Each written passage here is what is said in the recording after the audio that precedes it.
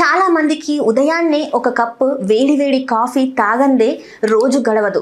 Coffee అంటే కేవలం ఒక పానీయం మాత్రమే కాదు, అది ఒక అద్భుతమైన అనుభూతి. ఆ కాఫీ పొడి డబ్బా తీయగానే వచ్చే సువాసన మనస్సును రిఫ్రెష్ చేస్తుంది. అయితే మార్కెట్ నుంచి తెచ్చిన కొత్తలో ఉండే ఆ రుచి సువాసన కొద్ది రోజులకే తగ్గిపోతుంది. కాఫీ పొడి గడ్డ కట్టడం, రంగు మారడం లేదా దాని అసలు రుచిని కోల్పోవడం వంటివి జరుగుతుంటాయి. దీనికి ప్రధాన కారణం మనం కాఫీని నిల్వ చేసే విధానంలో చేసే చిన్న చిన్న పొరపాట్లే. కాఫీని ఎక్కువ కాలం తాజాగా సువాసన భరితంగా ఉంచుకోవడానికి పాటించవలసిన ముఖ్యమైన సూత్రాలు ఇక్కడ ఉన్నాయి. అందులోని మొదటిది గాలి చొరబడని డబ్బాలే శరణ్యం.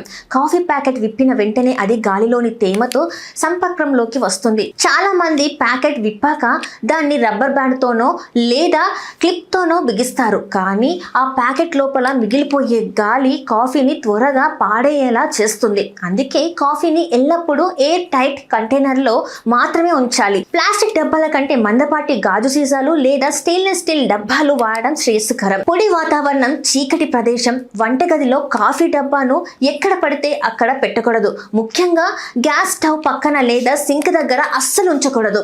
స్టవ్ దగ్గర ఉండే వేడి, సింక్ దగ్గర ఉండే తేమ కాఫీ పొడిని త్వరగా గడ్డకట్టేలా చేస్తాయి. కాఫీని ఎల్లప్పుడూ చల్లని పొడి మరియు చీకటిగా ఉండే ప్రదేశంలో భద్రపరచాలి. సూర్యరశ్మి నేరుగా పడే చోట ఉంచితే కాఫీలోని ఆయిల్స్ దెబ్బతిని రుచి మారిపోతుంది. ఇకపోతే మూడోది, ఫ్రిడ్జ్లో పెట్టడం. చాలా మంది కాఫీ తాజాగా ఉంటుందని ఫ్రిడ్జ్లో పెడుతుంటారు, కానీ ఇది తప్పుడు పద్ధతి. ఫ్రిడ్జ్లో ఉండే తేమ వల్ల కాఫీ పొడి మరింత గట్టిగా మారుతుంది. అంతేకాకుండా కాఫీకి ఇతర పదార్థాల సువాసన పీల్చుకునే గుణం ఉంటుంది. దీనివల్ల ఫ్రిడ్జ్లోని కూరగాయల వాసన కాఫీకి వచ్చే ప్రమాదం ఉంది.